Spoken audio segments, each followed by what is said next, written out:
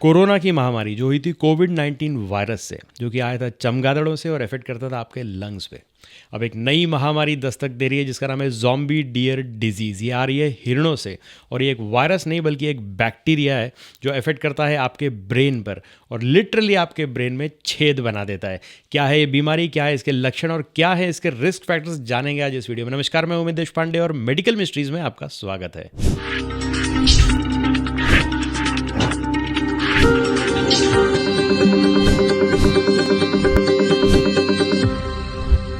22 दिसंबर 2023 को एक report publish होती है द गार्जियन में जिसका टाइटल है zombie deer disease epidemic spreads in Yellowstone as scientists raise fears it may jump to humans. ये रिपोर्ट बताती है कि 32 स्टेट्स यूनाइटेड स्टेट्स में और 4 प्रोविंसेस कनाडा में ऐसी हैं जहां पे ऐसे हिरण पाए जा रहे हैं जिनमें ये बीमारी पाई जा रही है जिसको कहा जाता है ज़ॉम्बी डियर डिजीज। तो आइए जानने की कोशिश करते हैं क्या होती है ज़ॉम्बी डियर डिजीज। बेसिकली इसे ट्रांसमिसिबल स्पॉन्जिफॉर्म एनसीफेलोपैथीज की कैटेगरी में रखा गया है। इसको प्रायॉन डिजीज भी कहा जाता है। प्रायॉन डिजीज अगर किसी ऑर्गन में होती है, किसी पार्ट में होती है, तो बेसिकली वहाँ के सेल्स में प्रोटीन की मिसफोल्डिंग होना शुरू हो जाती है जिससे वो सेल्स डेड हो जाती हैं। तो अगर ब्रेन में ये प्रायॉन डिजीज होता है तो ब्रेन के सेल्स के प्रोटीन्स में ये मिसफोल्डिंग शुरू हो जाती है और जिसके कारण ब्रेन के सेल्स डेड हो जाते हैं और उसमें हो जाते हैं होल्स।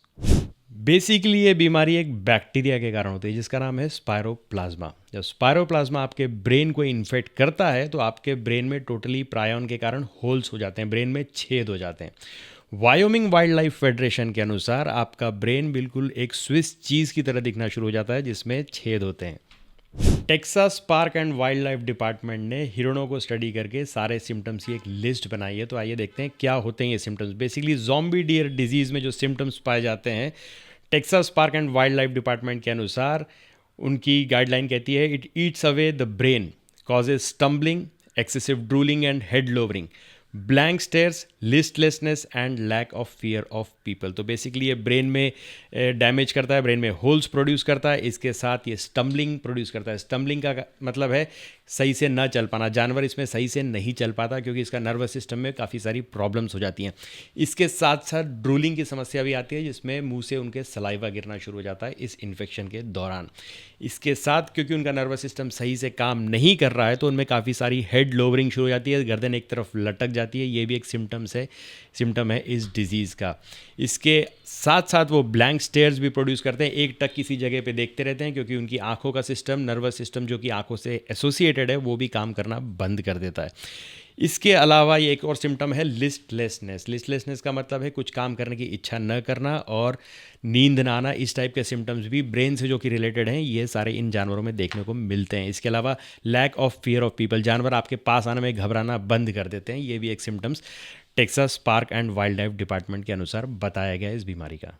इसके अलावा दूसरे सिम्टम्स की बात करें तो impairment of brain function including memory changes, personality changes and problems with movement. क्योंकि ब्रेन डायरेक्टली इन्वॉल्व है इस बीमारी में तो इम्पेयरमेंट ऑफ ब्रेन फंक्शन मतलब ब्रेन से रिलेटेड जो भी एक्टिविटीज़ होंगी वो सारी की सारी इम्पेयर हो जाएंगी, हैम्पर हो जाएंगी। जैसे मेमोरी में चेंज आना, पर्सनालिटी डिसऑर्डर्स या मूवमेंट्स में चेंज आना, ये भी एक बहुत बड़ा सिम्टम्स है जो कि अभी एनिमल्स में देखा जा रहा है इस बीमारी के कारण। रिस्क टू ह्यूमंस की बात करें तो कोविड के मामले में कई सारी हाइपोथेसिस हैं जो बताती हैं कि कोरोना वायरस एक्चुअली आया कहाँ से, ह्यूमन बॉडीज में। उसमें से काफ़ी सारी थ्योरीज प्रचलित हैं। उसमें से एक थ्योरी है कि चमगादड़ों के थ्रू आया ह्यूमन बॉडीज़ में, चमगादड़ों को लोगों ने खाया और उसके थ्रू आया, और ऐसी बहुत सारी इससे रिलेटेड हाइपोथेसिस हैं। इस ज़ॉम्बी डियर डिजीज़ में भी लोगों का ऐसा मानना है कि डियर के मांस के कारण या डियर के फीसेस के कारण या ऐसी वेजिटेशन या ऐसी सॉइल जो कि उस डिजीज्ड डियर के कांटेक्ट में आई हो, उससे ये इन्फेक्शन ह्यूमंस में फैल सकता है। Centre for disease control and prevention ने एक गाइडलाइन जारी की है और कई सारी अलर्ट्स जारी किए हैं। उसमें से एक रिपोर्ट कहती है chronic wasting disease is transmitted by direct animal to animal contact और indirectly through contact with infectious particle that remain in the environment in faeces, soil और वेजिटेशन। मतलब ये एनिमल टू एनिमल फैल सकती है अगर एक एनिमल वही वाली घास खा रहा हो या वही वेजिटेशन खा रहा हो जो एक इन्फेक्टेड एनिमल्स ने खाई है, या उसके फीसिस के कांटेक्ट में आता है या उस मिट्टी के भी कांटेक्ट में आता है जहाँ पे वो इन्फेक्टेड एनिमल था, तब ये एनिमल से एनिमल में फैल सकती है। रिस्क टू ह्यूमंस की बात करें तो हिरण इंसानों से काफ़ी ज़्यादा जेनेटिकली डिफरेंट हो सकते हैं। तो एक बैक्टीरिया जो हिरण में इन्फेक्शन प्रोड्यूस कर सकता है, वो उसके चांसेस बहुत कम है कि वो ह्यूमंस पे भी इन्फेक्शन पैदा कर सके। मगर कई बार कुछ ऐसे म्यूटेशंस होते हैं हिरण के बैक्टीरिया में कि वो इंसानों को अफेक्ट कर सकता है।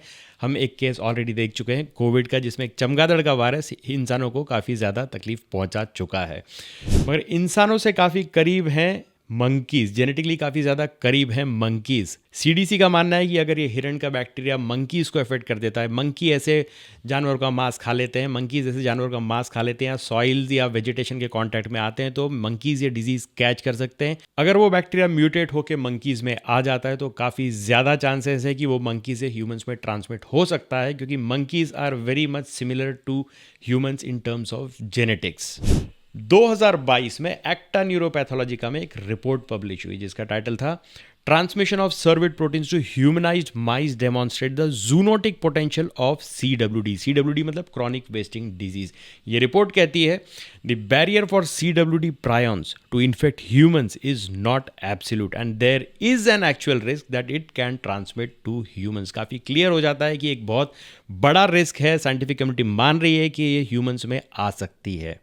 आगे ये रिपोर्ट कहती है there is a potential for chronic wasting disease to be zoonotic, meaning transmissible from animals to humans just like COVID-19। Mad cow disease which belongs to the same family of illness as CWD originated in cattle, but humans can get a variant called Creutzfeldt-Jakob disease which is fatal. तो 2022 की ये research इस bacteria पे काफ़ी ज़्यादा clear कर रही है इसके रिस्क को, कि इस बैक्टीरिया में काफ़ी ज़्यादा पोटेंशियल है कि ये डियर से मंकीज से होता हुआ ह्यूमंस में आ सकता है और डायरेक्टली डियर से ह्यूमंस में आ सकता है। इस रिस्क को देखते हुए WHO ने भी एक गाइडलाइन जारी कर दी है। WHO की जो गाइडलाइन आई है, जो अलर्ट आया है इस बीमारी को लेके, वो ये कहता है कि to be on the safe side health officials recommend that people do not consume meat from CWD infected animals, मतलब chronic wasting disease infected animals.